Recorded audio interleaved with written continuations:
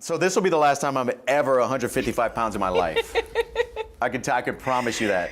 Are we still gonna be in shape, or are we just going straight diabetes? Listen, I'm getting on steroids. Once USADA stops knocking on my door and I lay the gloves down, I'm getting jacked and tan.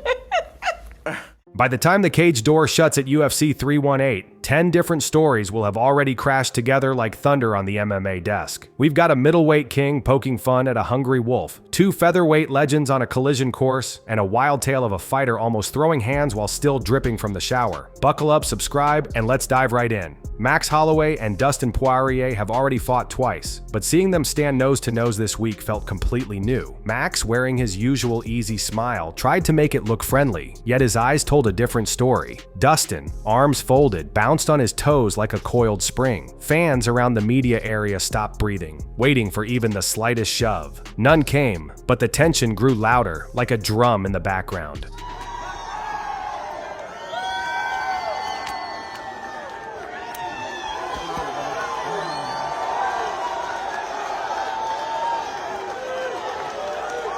Gonna be a good one, boys. Both gentlemen, let's stare at the crowd out here real quick.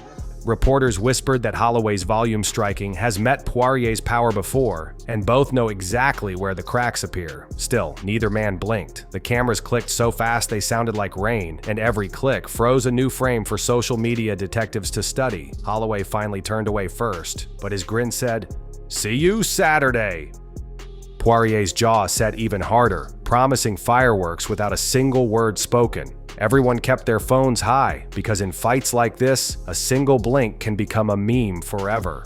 Elsewhere, light heavyweight monster Alex Pereira gave fans a shock without even throwing a punch.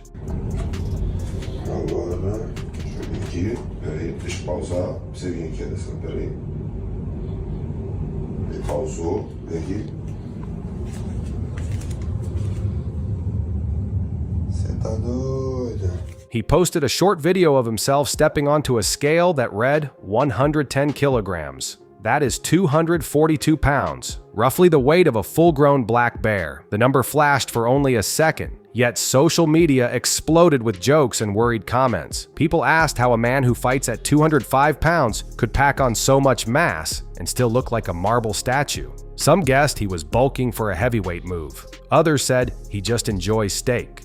Pereira never answered, choosing instead to flex once and walk away, leaving everyone to guess. Nutritionists argued in comment threads, while meme pages pasted his photo next to cartoon giants. Even seasoned fighters shook their heads because they know extra weight can slow a striker's gas tank. Coaches everywhere probably saved that clip to warn their own fighters about holiday eating. Dana White, never shy about big promises, went a step further when describing the planned White House fight card. He compared it to the Las Vegas Sphere event, but said this one would be on steroids, a phrase that made reporters laugh and glance around. So every one of our national park, battlefields, and historic sites are going to have special events in honor of America 250, and I even think we're going to have a UFC fight.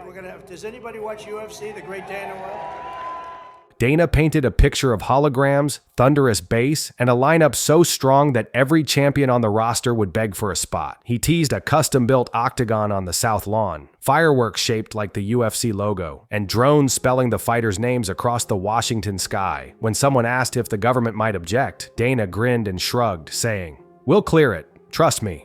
He also hinted that former President Donald Trump could toss in his own brand of showmanship, though he refused to give details. Listening to the pitch felt like hearing a carnival barker sell tickets to the moon, yet nobody could deny Dana's history of turning wild ideas into real steel and canvas. By the end, even skeptical journalists were nodding, already picturing the Capitol glowing red and gold while 2 warriors battled for history. Yeah, the president said he wants a series of festivities to mark the country's 250th anniversary, including a champion UFC fight here at the White House with thousands of spectators. Now, the president has a long relationship with the UFC, and he has a close friendship with the head of UFC, Dana White. If it happens, every other sports league might scramble to catch up. While the spotlight shone on big promises, Paulo Costa focused on a smaller but deeply personal battle: money and respect. Years ago, Costa signed a 6-fight deal that, in his view, paid him pennies compared to the punishment he took in the cage. On Ariel Helwani's show, he admitted that anger once bubbled so hard he could not even say Dana White's name without gritting his teeth. But time, new contracts, and the sweet heft of bigger paychecks have softened that edge. Costa laughed as he told Ariel he now supports Dana, joking that good numbers on a paycheck heal old wounds faster than ice on a black eye.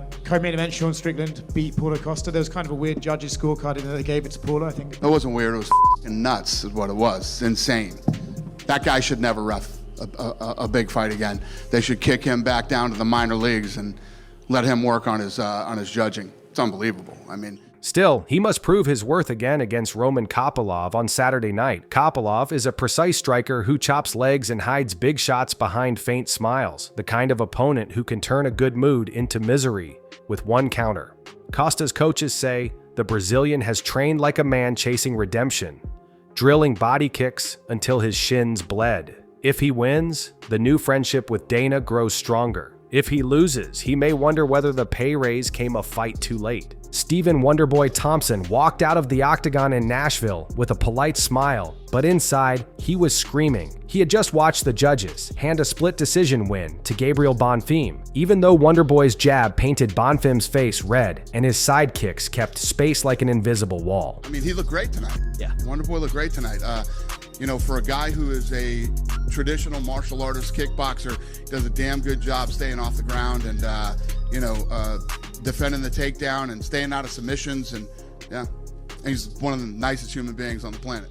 Backstage, he told reporters the feeling was like circling every right answer on a test and still getting a failing grade. He respects the sport, he said, but something must change when nearly every journalist in the building mouths "what" as the scorecards are read. Wonderboy called for accountability, publish judges' notes, let officials explain their math, maybe even rotate new eyes into the seat. He is not angry at Bonfim, a tough kid, he admitted, but furious at a system that can flip a career path with 3 numbers on a paper. Fans online rallied behind him, posting slow-motion clips of clean head kicks and tagging athletic commissions in protest.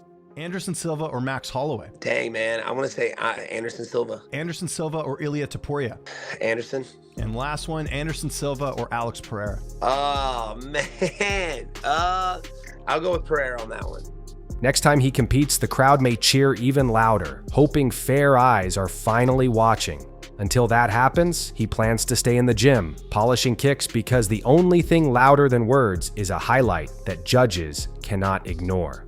Nate Diaz sits on a worn gym bench, wraps hanging from his fists, and talks like he always does, straight from the hip. Asked who he wants next, he shrugs and says the whole division is boring unless the name is Conor McGregor. Their first 2 wars turned both men into household names, and Nate believes the trilogy could ignite the sport again. He insists Conor should show he can still win first, yet his grin hints he would sign tomorrow if the phone rang. As a backup, he mentions Ilia Topuria, calling the rising star little while praising his skill. Then he jumps sports, claiming he would box Canelo Alvarez or Terrence Crawford if the price is right.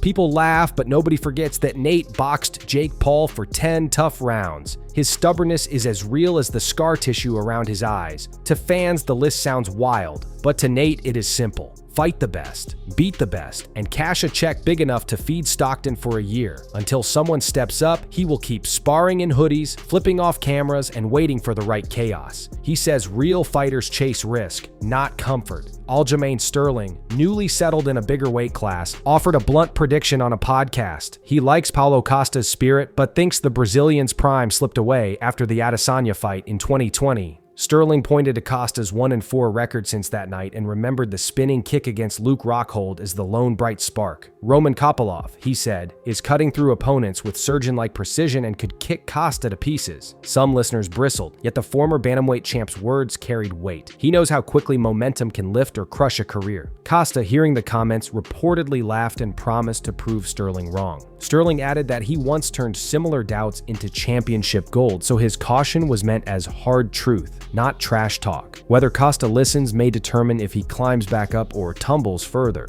He also broke down tape, noting Kopylov's habit of switching from calf kicks to left hooks, a pattern Sterling believes Costa must block inside the first round, or his legs will betray him. What's your message to Khamzat Chimaev?